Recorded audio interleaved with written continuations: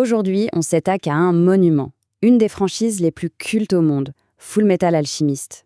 On va plonger ensemble dans un univers vraiment unique, où la science et la morale se livrent un combat spectaculaire.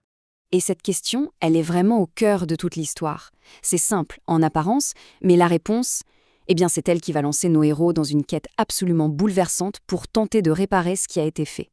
Alors Fullmetal Alchemist, c'est l'œuvre d'une autrice de génie, Hiromu Arakawa. Et ce n'est pas un manga comme les autres, croyez-moi. C'est un mélange de genres assez fou, un monde où la technologie steampunk, avec ses machines à vapeur, rencontre une science quasi mystique, l'alchimie. Un univers qui semble familier et pourtant complètement original. Et au cœur de tout ça, il y a une histoire profondément humaine, celle d'une promesse, née de la pire erreur imaginable. Tout commence de la pire des manières, par une tragédie. On est dans le pays d'Amestris.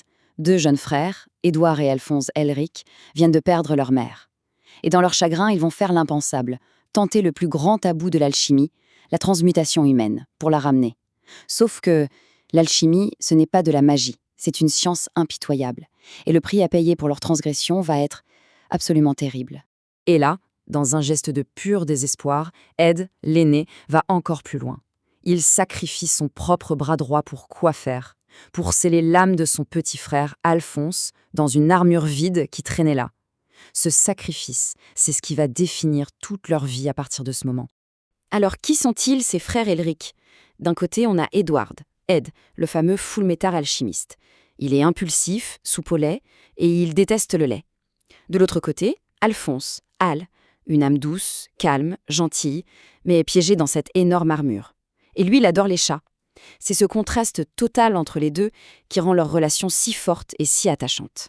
Du coup, leur quête est simple, en tout cas sur le papier. Ils doivent trouver la légendaire pierre philosophale. C'est leur seul espoir, l'artefact qui pourrait, peut-être, leur permettre de déjouer les lois de l'alchimie et de récupérer ce qu'ils ont perdu. C'est vraiment le moteur de toute l'histoire. On passe donc à ce monde d'alchimie, régi par les lois de la science et de l'État. Parce que, bien sûr, leur quête très personnelle va se heurter à un monde beaucoup plus vaste et beaucoup plus compliqué, avec ses propres règles. Et le point crucial à comprendre dans cet univers, c'est l'alchimie. Attention, ce n'est pas de la magie, c'est une science, une vraie science, qui obéit à une loi fondamentale, la loi de l'échange équivalent. Le principe est simple, pour obtenir quelque chose, il faut donner en échange autre chose de valeur égale. On ne peut rien créer à partir de rien. C'est précisément cette loi qu'ils ont bafouée. Et le cadre de l'histoire, le pays d'Amestris, c'est pas vraiment une partie de plaisir. C'est une immense nation de 50 millions d'habitants, mais c'est une dictature militaire dirigée d'une main de fer par le Führer, King Bradley. L'armée est partout et les alchimistes d'État sont utilisés comme de véritables armes humaines. Ce pays est immense et super varié. Au centre, bien sûr, il y a la capitale, Central City, le cœur du pouvoir. Mais si on va au nord, on trouve un froid polaire et l'impressionnant Fort Briggs. Au sud, c'est chaud, montagneux. Et à l'est, c'est une région qui se remet à peine de la terrible guerre d'Ishbal, là où se trouve le village natal des frères. Chaque région a vraiment sa propre ambiance. Et une histoire aussi riche, un univers aussi dense, forcément ça ne pouvait pas rester juste dans un manga. Voyons un peu le parcours de cette épopée, de la page à l'écran. Le parcours de la franchise est assez dingue. Tout commence en 2001 avec le manga. Très vite, dès 2003, une première série animée voit le jour. Et puis, chose plus rare, en 2009, une deuxième série arrive, Fullmetal Alchemist Brotherhood. Pendant ce temps, le manga, lui, continue son chemin jusqu'à sa conclusion en 2010. Alors, c'est un point super important. On a deux chemins, deux adaptations.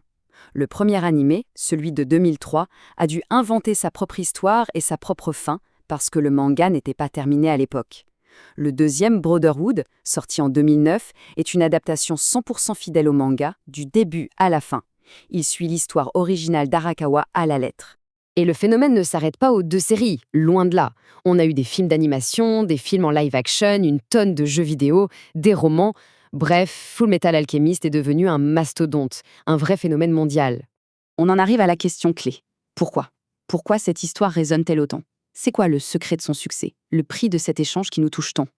Bon, déjà, il y a les chiffres, et ils parlent d'eux-mêmes. Plus de 70 millions, c'est le nombre de mangas vendus dans le monde. C'est colossal. Ça montre bien que l'histoire a une portée universelle. Et ce n'est pas qu'un succès commercial. L'œuvre a été acclamée par la critique. Elle a remporté des prix super prestigieux, le genre de récompense qui consacre une œuvre au panthéon du manga, comme le prix Shogakukan ou le prix culturel Osamu Tezuka. C'est la reconnaissance ultime, en quelque sorte. Finalement, on boucle la boucle. On en revient à cette question, la question essentielle.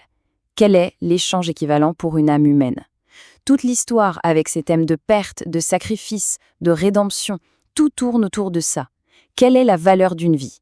C'est la question qui hante les frères Elric, et c'est sans doute celle qui continue de nous travailler bien après avoir refermé le livre.